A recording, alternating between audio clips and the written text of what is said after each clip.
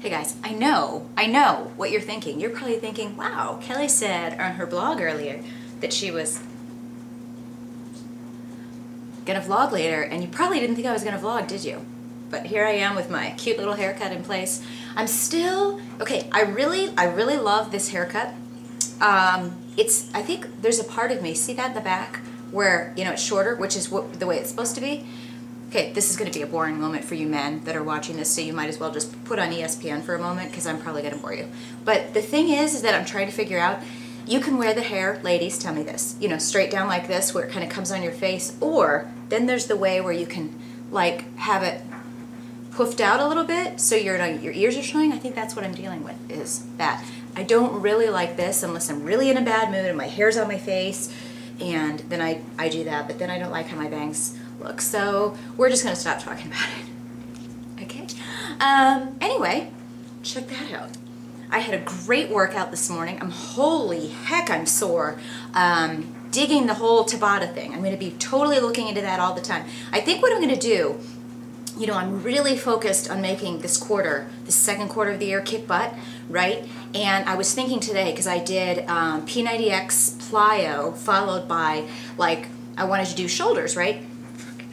Frickin' bra straps. I didn't say a bad word, I said frickin'. It just sounded like a naughty word. My mom gets mad when I swear sometimes. She's like, Kelly, please don't say bad words. Anyway, she's used to me though. So she'll just get really embarrassed and then whatever. So I was doing shoulders, and I didn't want to do heavy. I wanted to do Tabata style, right? So I did that, and then I'm like, okay, you know, one of the areas that I really want to focus on as far as like really building up muscle are my delts. I mean, because my delts are good and they're getting there, but I really want to, that's one area where I want to, because my biceps and triceps are great, but I don't like the look of when you have shoulders. Like, a lot of men do this. They build up their biceps. They focus only on their biceps and usually chest. But men are always in the gym working on their biceps and their triceps. Personally, it's, you know, I like men and women. Okay, that sounds wrong. I like how it looks on either a man or a woman when you have really defined cut delts, and then you have, you know, that defining line between, you know, your delts and your biceps. I don't like small shoulders and then big, especially on a guy. I mean, to me, I'm always like, ugh. I just think shoulders, they've just always been my favorite thing. Shoulders on the upper body are like my favorite muscle, and then hamstrings. When women or men have really nice developed that nice hamstring, I just think that's so nice. Most people focus, you know, guys very rarely work their legs, but if they do, they're working usually on, you know, the front. They don't usually balance it out. It's all about balance. But anyway, so what I was thinking is, and I have to maybe map this out, but I'm thinking I might work shoulders 2 times a week, like 2 focused workouts on shoulders. One where I do heavier isolation moves, you know, with my heavy 20 to 25 pound weights, and maybe move up. And then a second one where it's more light with Tabata. You guys, that Tabata stuff was killing me today. I started off some of them. And by the way, someone help me out. Okay, this is a side delt raise, right? A straight arm. I want to know the difference. This would be a side lateral raise, right? When you're going straight with your arms. Okay, what is this when you're going, because often some people like Kathy or whatever will say that this is a seated lateral raise when you're bending your arms like this. So I want to know the difference, because when I'm writing it down on my blog or whatever, or kind of mapping out a Tabata workout or a circuit, what's the difference between this? I just want to know the name. Because what I'll do is I'll say bent lateral raise and straight arm lateral raise. That's really the only ones that I'm like, what is that you call? This is different. Bent arm lateral raise. Maybe it's just something as simple as that.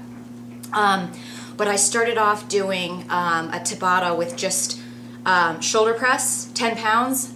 I did 4 of those, and then I had to go down to 8 pounds. And literally by the end of that, I mean, I was screaming with 8-pound weights. Okay, when I normally do shoulder raises, shoulder press, sorry, I'm using 20 pounds, and I can do that pretty well, 20 and 15s. So that just goes to show you, when you really use this, whatever it's called, Tabata protocol or whatever, it fries you. I mean, you're just dying, in a good way. Then I did front raises, I did side, you know, and then I did straight arms. I started with 8s. You guys, I had to use 5s at the end, and I was screaming. So I'm just telling you, like, this is killer. I'm really excited that I kind of looked into it.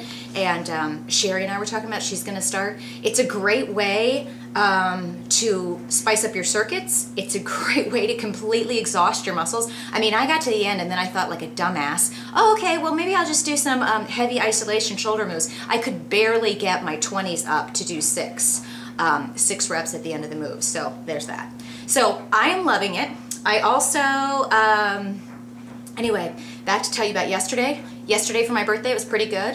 One of the things, you guys, that, you know, I think there's a lot of us that are out there like me, and some of you are like, please, Kelly, I'm not like you. I know. But the big thing that I'm trying to really conquer from my past, or the past 10 years, that I've been really bad about is, you know, dieting and then doing this crazy thing where, you know, you either get down or you fall off the wagon and then you just blow it. And you just go, say you blow it on a Friday and then you're like so disappointed. So you use that as an excuse to just pig out.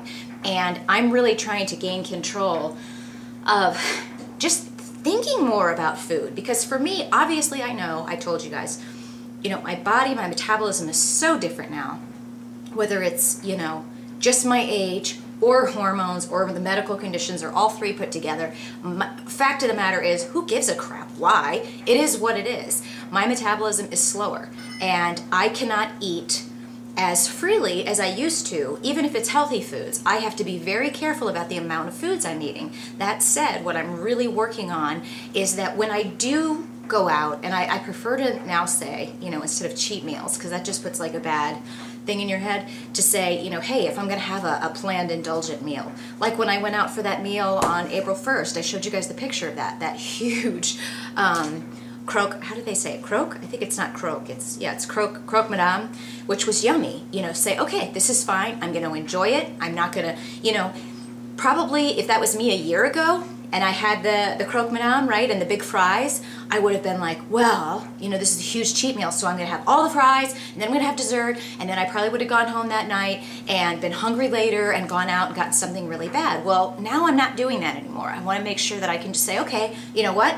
I had something really indulgent, so let's, number one, balance it out the rest of the day. Let's eat really good, really well, and then balance it out the rest of the week instead of just completely annihilating all of the hard work that you've done. That's been a huge thing for me in the past, and I feel much better. You know, maybe it's the bikini that's hanging in my refrigerator, the bikini that's hanging in my pantry, but it's also, it's just a mental focus. When your mind is really focused on what you want, and you know, you're tracking everything, whatever it is that works for you, and you've got your accountability, it becomes easier and easier to control yourself. And you know, I was really proud of the fact that I went out, because this is a big step for me. For some of you, it's not a big step, but for me, I've just really had the emotional eating, the binge eating thing in the past. And so for me to be able to go to Olive Garden with my mom and my sister and my niece, and be able to have what I wanted, but then I just kind of realized I made myself eat it slower instead of being like, you know, totally like shoveling it in my, that's what I used to do. It would be this like, you know, all or nothing thing, where if I'm having a cheat meal, I'm gonna go, and I felt like I just had to hoard all the food in and eat it really quickly. Kind of like make it disappear and destroy the evidence, right? It's kind of like that crazy mindset. So I just sat there and I enjoyed it. And then I remember my mom going, you know, have a bite of my, whatever she got. And then my sister got some kind of like really great ravioli. And I'm like, no, you know what, you guys, I'm full.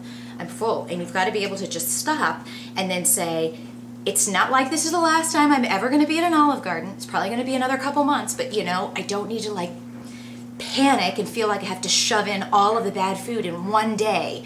And that's what I used to do. So I was really proud that I did that. But then I told you guys I got a tomato mozzarella sandwich later, and that was just like carb overload. I was so full, I was so uncomfortable, and that's not really a horrible thing, but that just goes to show you, learn your lesson. Also want to thank a lot of you bloggers out there, because when I was at Trader Joe's just a few minutes ago stocking up for tomorrow, I got a ton of new salsas. Really, I don't know about you guys, but Mexican cuisine, if you will, spill some, is one of those, it's really easy to make really good, yummy Mexican stuff that's, you know, fit and healthy, as long as you don't overkill on guacamole, cheese, and all that stuff. I'm out of town, you guys. I gotta go. Maybe I'll think about doing a vlog number 2, but probably not because I've been yakking way too much. Talk to you tomorrow. Happy Easter. Bye.